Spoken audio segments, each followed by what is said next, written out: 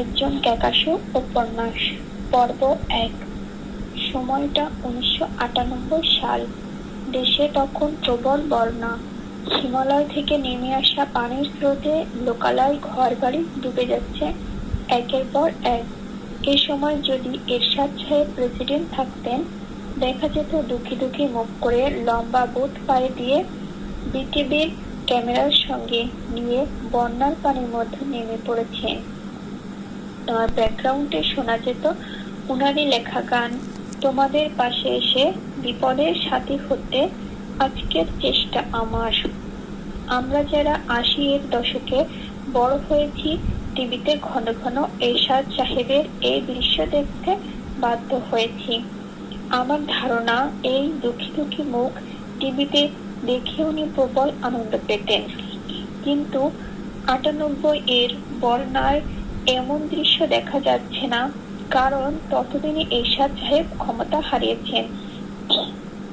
দেশের ক্ষমতা সেই মুহূর্তে যার হাতে তিনি বুট পরে গান বাজনা করছেন না, বরং শক্ত হাতে বন্যা মোকাবেলা করার চেষ্টা করেছেন।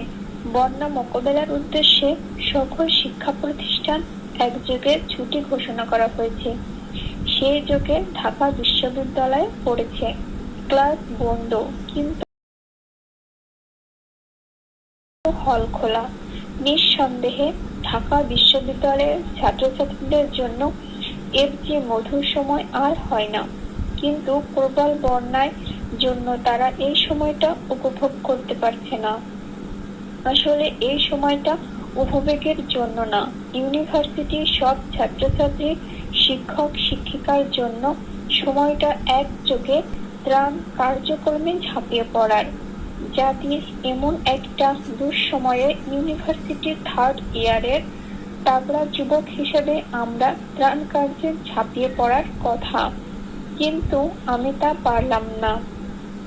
কারণ হিমালয় থেকে নেমে আসা পানিতে যে সময় নদীর তীর ভাঙছে, ঠিক সেই সময়টাতে রুমার সাথে আমার প্রেমটাও ভেঙে গেল। ৪ বছরের দীর্ঘ প্রেম, ৪ বছরের গভীর প্রেম, ৪ বছরের প্রথম প্রেম। জীবনে প্রথমবার ব্রেকআপ করে উত্তরায়ণ গার্লফ্রেন্ডের বাসা থেকে বের হয়ে এলাম। সে সময় প্রেমিকাকে গার্লফ্রেন্ড বলাটা অত বেশি প্রচলিত হয় নাই। এতে ট্রেড সবে মাত্র শুরু হই হই করছে। আমরাও এই ৪ বছরে কখনো একে অপরের গার্লফ্রেন্ড বয়ফ্রেন্ড বলিনি একবারও। শুধু সেদিন ব্রেকআপের সময় আমার প্রাক্তন প্রেমিকা খুব সম্ভবত আমাদের রিলেশনশিপটাকে একটু হালকা স্তরে নামিয়ে আনার চেষ্টা হিসেবে বললেন, দেখো, আমি হয়তো আজ থেকে আর তোমার গার্লফ্রেন্ড রইলাম না, কিন্তু একজন গুড ফ্রেন্ড হিসেবে তো আমরা থাকতেই পারি। বুঝলাম বালিকা আমাকে সান্ত্বনা পুরস্কার দিতে চাচ্ছে, কিন্তু এই সান্ত্বনা পুরস্কার আমার মন মেনে নিতে পারল না। যে কোনো বাঙালি যুবকের প্রথম প্রেম ভেঙে যাবার বেদনা ভয়াবহ রকমের তীব্র হয়। প্রেম প্রথমের অনুভূতি যেমন তীব্র, প্রেম ব্রেকআপের বেদনাও তেমন তীব্র।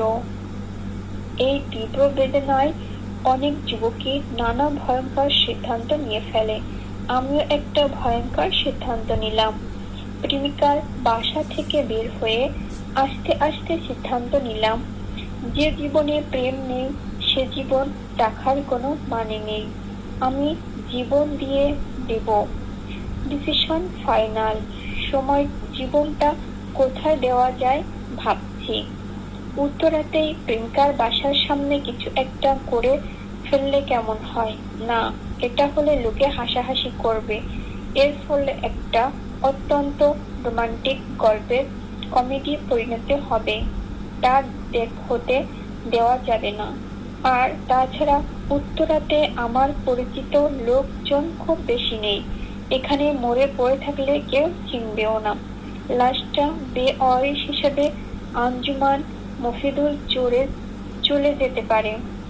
শুনেছি সেখানে অচেনা লোকদের সাথে খুব বেশি ভালো ব্যবহার করা হয় না, কাজেই জীবন দিতে হলে পরিচিত জায়গায় জীবন দেওয়াই ভালো। তাই আমি ক্যাম্পাসে ফিরে যাবার সিদ্ধান্ত নিলাম। সেই সময় প্রিমিয়ার বাস নামে একটা এসি বাস চলতো, সম্ভবত ঢাকার প্রথম এসি বাস সার্ভিস। উত্তরা থেকে শাহবাগের ভাড়া ছিল 15 টাকা। আমি তখনই প্রিমিয়ারে চড়তাম না, পকেট সাপোর্ট করতো না। আমার বাস ছিল ঢাকা বিশ্ববিদ্যালয়ের খনিকা, যেটাতে ভাড়াতে লাগতো না।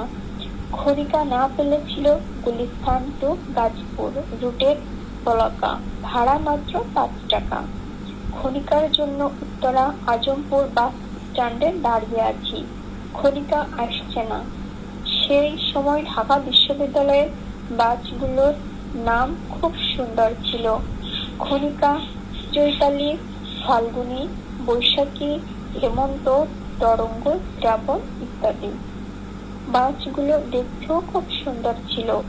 লাল রঙের বিশাল বাস, সাদা অক্ষরে বড় করে লেখা ঢাকা বিশ্ববিদ্যালয়। রাস্তাঘাটে লোকজন এই বাসগুলোকে আলাদা রকমের ইজ্জত দিত। হঠাৎ মনে হলো, পকেটে তো 1000 টাকা আছে। কয়েকদিন আগেই ভোরের কাগজ থেকে লেখালেখির বিল পেয়েছি। আর আজ তো জীবনের শেষ দিন। শুধু শুধু ফ্রি বাসের জন্য দাঁড়িয়ে আছি কেন আমি? মরে গেলে এই টাকা কি বা কাজে লাগবে? আমি 15 টাকা দিয়ে প্রিমিয়ার বাসের টিকিট কেটে উঠে পড়লাম। জীবনের শেষ দিন বলে কথা। আমার গন্তব্য শাহবাগ হয়ে টিএসসি। শাহবাগে পৌঁছাতে পৌঁছাতে 8টা বেজে গেল। বাস থেকে নেমে দেখি জাদুঘরের সামনে বন্যা দুর্গতদের সাহায্যে চাঁদা তোলা হচ্ছে। চারুকলার একদল ছাত্রছাত্রী খোলা করতাল তবলা বাজিয়ে গান গেয়ে চাঁদা তুলছে। চারুকলার ছাত্রছাত্রীদের এই ব্যাপারটা আমার খুব ভালো লাগে। কিছু হলেই তারা খোল তবলা হাতে গান গাইতে গাইতে রাস্তায় নেমে আসে। ক্যাম্পাসে কোনো আন্দোলন হচ্ছে কিংবা কারোর জন্য সাহায্য তুলতে হবে, অথবা ইন্টার ডিপার্টমেন্ট ফুটবল বা ক্রিকেট খেলা, সব জায়গাতেই তারা খোল করতাল নিয়ে হাজির। সবচেয়ে মজা হয় ক্রিকেট খেলা থাকলে। ওরা শিল্পী মানুষ, যারা তুলিতে জীবন দিয়ে তোলে, তারা শক্ত হাতে ব্যাট বল ধরতে পারে না, এটি বোধগম্য। জগন্নাথ হল ক্রিকেট মাঠে তাদেরকে দেখে মনে হতো পরাজয় নিশ্চিত, জেনেও যারা ক্রিকেট খেলতে আসে তারাই তো চারুকলা। খেলায় না পারলেও চারুকলার খেলা থাকলে আনন্দের কোনো কমতি নেই। পুরো ম্যাচেই তারা খোল করতাল বাজিয়ে গান করে আনন্দ করে। বিপক্ষ দল তখন 1, 2 বা 3 রান নেয়। তারা গান ধরে, 4 মারতে পারে নাই, 4 মারতে পারে নাই। আবার যখন বিপক্ষ দল বাউন্ডারি মারে, তখন তারা গান ধরে, 6 মারতে পারে নাই, 6 মারতে পারে নাই। নিজেদের দল যখন ব্যাট করে, তখন প্রতিটা ডট বলে ওরা চিৎকার করে ওঠে, আউট করতে পারে নাই, আউট করতে পারে নাই। জাদুঘরের সামনে এই যে বন্যা দুর্গতদের জন্য তারা সাহায্য তুলছে, এখানেও তাদের আনন্দের কমতি নেই।